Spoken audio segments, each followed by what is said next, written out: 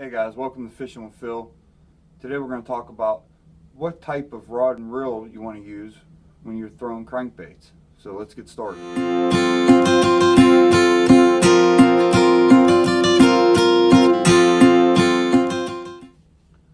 Okay, so probably the two words I'm going to use to best describe what type of setup you want to use when you're throwing crankbaits is slow and give.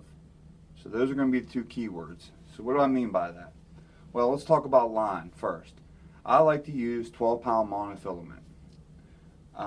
The reason I like to use monofilament is because it has a lot of stretch, and that goes into the give, the keyword give. You want that fish, when it hits that bait, you want it to be able to suck that bait in its mouth before you set the hook.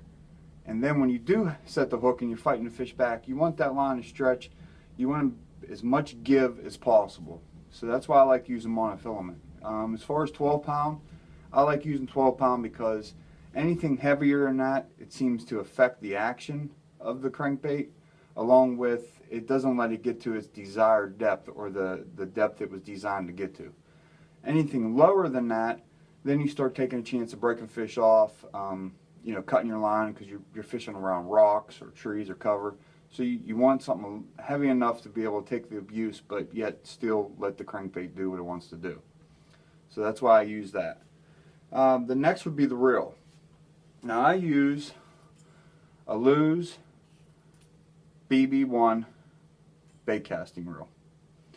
The reason I use it is two reasons mainly. One is the gear ratio. On this reel is a 5:1 to 1 gear ratio. What does that mean? Slow. You talk to a lot of these guys on the pro tournaments, on the pro trails, a lot of your old-time cranking guys from North Carolina, Virginia, I've been lucky enough to have a lot of conversations with. That gear ratio is the bread and butter of cranking. It is going to keep your bait in the strike zone longer, and it just falls right in that sweet spot, giving that the speed of the bait what the fish want. It's just, I don't know exactly why, but that's what they want. It makes a huge difference. That gear ratio right there is going to catch you more fish. The other reason why I love this reel is because it has what they call a multi-stop anti-reverse. So what's that mean?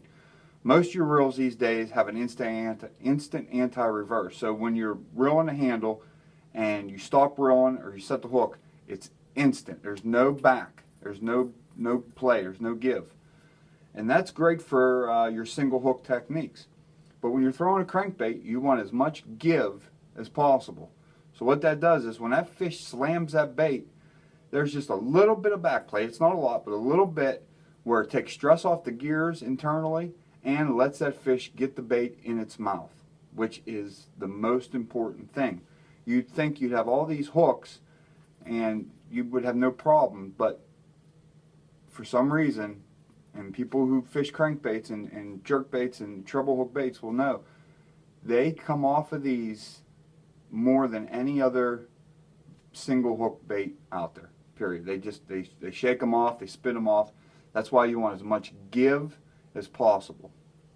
So that's why I like this reel. Holds 160 yards of 12-pound line, casts like a dream.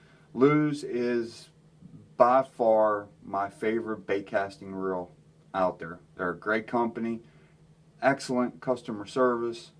I can't say enough about them. They're just great. They make great reels, from their entry line reels all the way up to their Team Pro Elite series.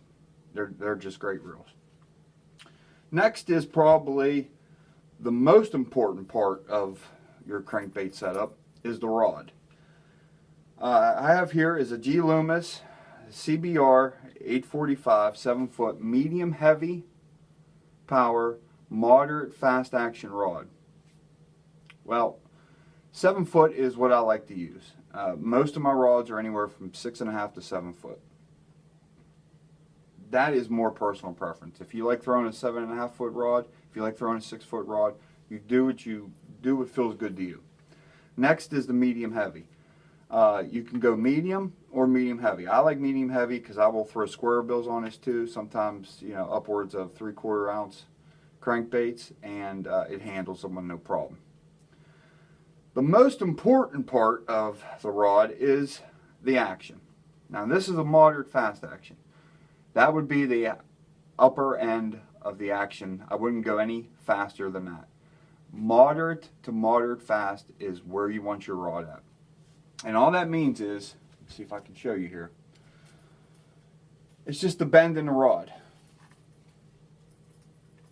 So if you have a fast or an extra fast action like you're throwing your jigs or your single hook baits with, when you set the hook, your rod has a little bit of bend and then it goes right into the power, right into the heart of the rod, and helps you get fish out of thick cover, gets them to the boat quickly. With a moderate or moderate fast action, you got a long sweeping bend before you actually get into the butt or the power of the rod.